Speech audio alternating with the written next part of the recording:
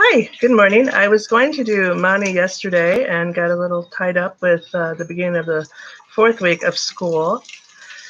Um, we talked about Sol, his sister, on Sunday, and Mani is the Norse god who is attributed to the day of Monday or Moon Day. Um, he's seen in the Prose Edda, Poetic Edda, and the Tacticitatus Germania. Like I said, if I do mispronounce things, my apologies. Some of these are not my first language, obviously, and when it comes to Norwegian, as beautiful as it is, I seem to really struggle. So if I go a little slowly, it's because I do want to pronounce these. So it's said that both Sol and her brother Mani are chased by wolves leading up to Ragnarok, and that the lunar eclipses were thought to be times when Hati, or hate, was the wolf that pursued Mani, was getting too close to him, and then thus we have these eclipses.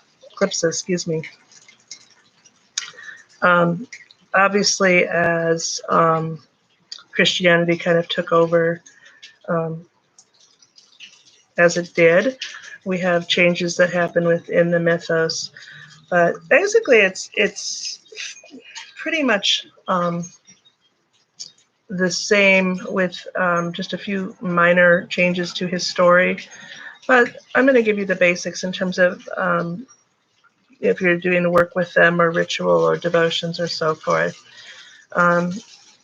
His tale is that he, besides being chased by this wolf, because the belief, of course, we talked about with Sol, is that if one Ragnarok occurs, it'll be because that the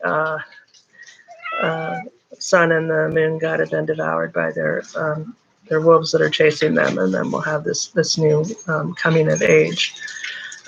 He is said to be pulled by a horse-drawn chariot, much the same as his sister.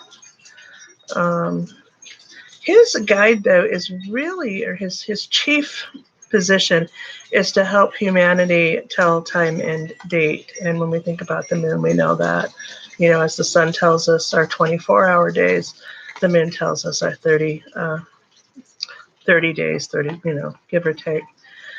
He is said to be accompanied by two spirit children. The girl is named Bill and the boy is named Juki. And they are depicted as carrying pails of water, and they are the figures behind the Jack and Jill fairy tale, nursery rhyme that we kind of grew up with. Bill's name means to lessen or pour out of water, and Juki's name means to increase the pail of water. So in symbolizing them together, it's the waxing and the waning of the moon. And of course, as the moon, and across many that we'll touch on in very, very brief snippets, we see that the moon is often attributed to water. We also know scientifically that the moon causes and has an influence on the tides of the ocean. Mani is called by different names depending upon which of the 9 realms of Norse myth that you are in. He is the moon by humanity, the fiery one by the gods, the whirling wheel in Helheim, the hastener by giants, the shiner by dwarfs, and the counter of years by the Alfar. His chariot is drawn by a horse named Rumfaxi, which means rime or frost mane. We do see him kind of come into evidence in modern day, and by modern day I mean coming out of those mythos and the early forms of humanity, as we see. We've got this influx of Christianity that came into these areas, but in Germany, it's been a day. I haven't had enough coffee for this. In Baltic Europe, in Germany, Scandinavia, and in England, he is still very much present along with his sisters in followers, and he's associated with witchcraft. In the Havamal, he's connected with curses and blessings, and so that there are these inscriptions that they've said found on stones and at graves, invoking his protection on the living and the dead.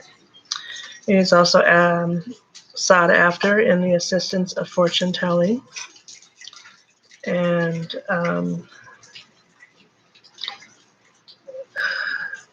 in ancient Germany, they did not see them as being opposite, so you'll often see the sun and the moon pulled together as sibling forces.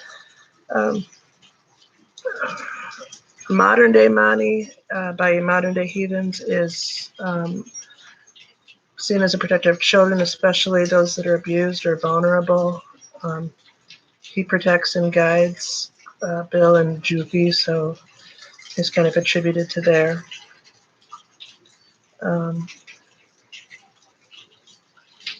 Again, we've talked about the attributions to the masculine nature of Mani and the moon, which we don't see in some of the other ones.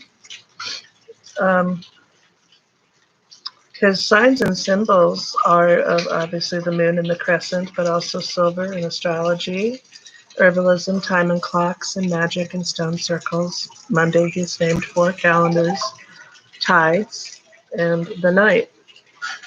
In the Baltic, he is also named Minas, and in English, we have called him the moon or Mani.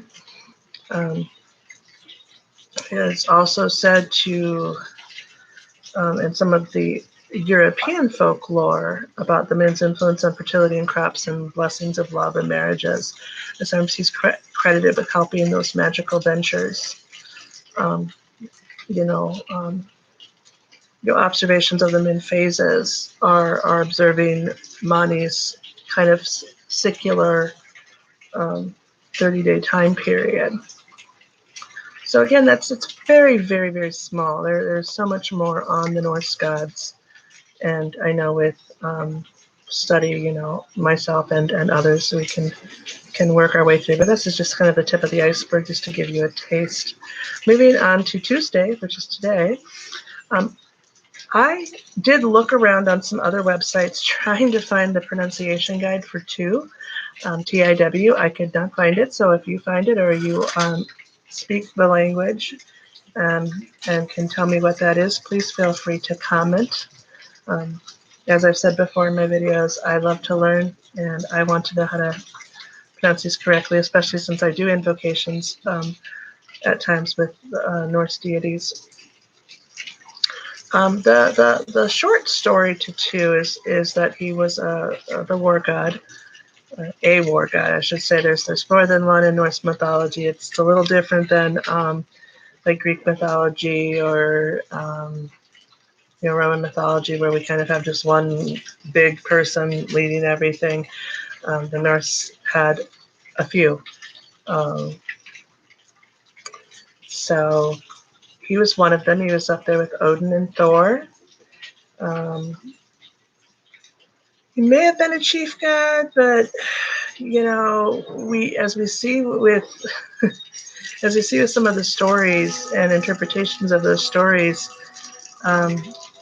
it wasn't as concrete of a position as you had in some mythologies, where once they're always there. We hear stories of the gods, going back down to Midgard and doing different quests and things like that. And again, there's been so many interpretations of how these gods got their powers and so forth. I think that's one of the beauties of this particular mythology. So, two is associated, we said with Tuesday. I'm going to read from the Prose Edda. It's a quotation, but the basic is that they knew that this Fenrir, also called Fenris Wolf, was prophesied to kill Odin. So they were always trying to keep this thing locked up and not bring about Ragnarok. And being that it was a wolf that was still growing, the wolf kept breaking its restraints. And as in many of the stories, who do they go to? But they go to the dwarves to make them a magical leash, super crafted harness that will keep Fenrir locked up until it is time to bring about Ragnarok. So the leash that they created was called Gleipnir. And here is what the prose Edda says. It was made of 6 things: the noise a cat makes in footfall, the beard of a woman, the roots of a rock, the sinews of a bear, the breath of a fish, and the spittle of a bird. And thou understand not these matters already, yet now thou mayest speedily find certain proof herein, that no lie is told thee. Thou must have seen that a woman has no beard, and no sound comes from the leap of a cat, and there are no roots under a rock. So you may interpret that as you will. I will say that it is said that Chu may have had several female companions with beards, and that one of his chief companions' name was Ziza. So when this was all done and said, and they took this leash to Fenrir, Fenrir wouldn't let the gods put him in it and bind him with Gleipnir, and thus one of them was brave enough to stick his hand in Fenrir's mouth. So the bravest of them was Tue at the time, who stuck his hand in there and unfortunately did lose it. And then they were able to harness Fenrir. So again, this is very, very brief. I did a little bit of looking around. Please feel free to add in if you know any more about him in terms of what his devotion items might be. If you are working with him, please feel free to share. I'm interested as well. So one of the reasons that I chose deities to do for the next 21 days, hopefully, if life does not get too busy and distract me from doing these videos, is because I had gotten an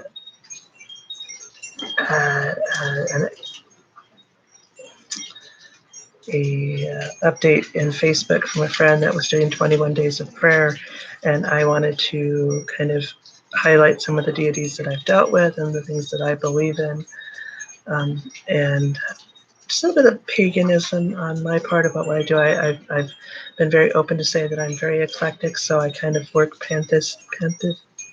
across the border. I'm not even going to try to talk this morning. Apparently, I have not had nearly enough coffee. But please do feel free to make comments and add in what you know of the deities as I post them. It is raining very hard here today and flooding. So I may not get some of my things done. We've got, obviously, May Day is coming up. Volkersnacht is coming up on the 30th, May Day, or the Beltane on the 1st. And we'll continue on. I will share with you a little bit about things that I do. So thank you for listening. And we will talk to you tomorrow.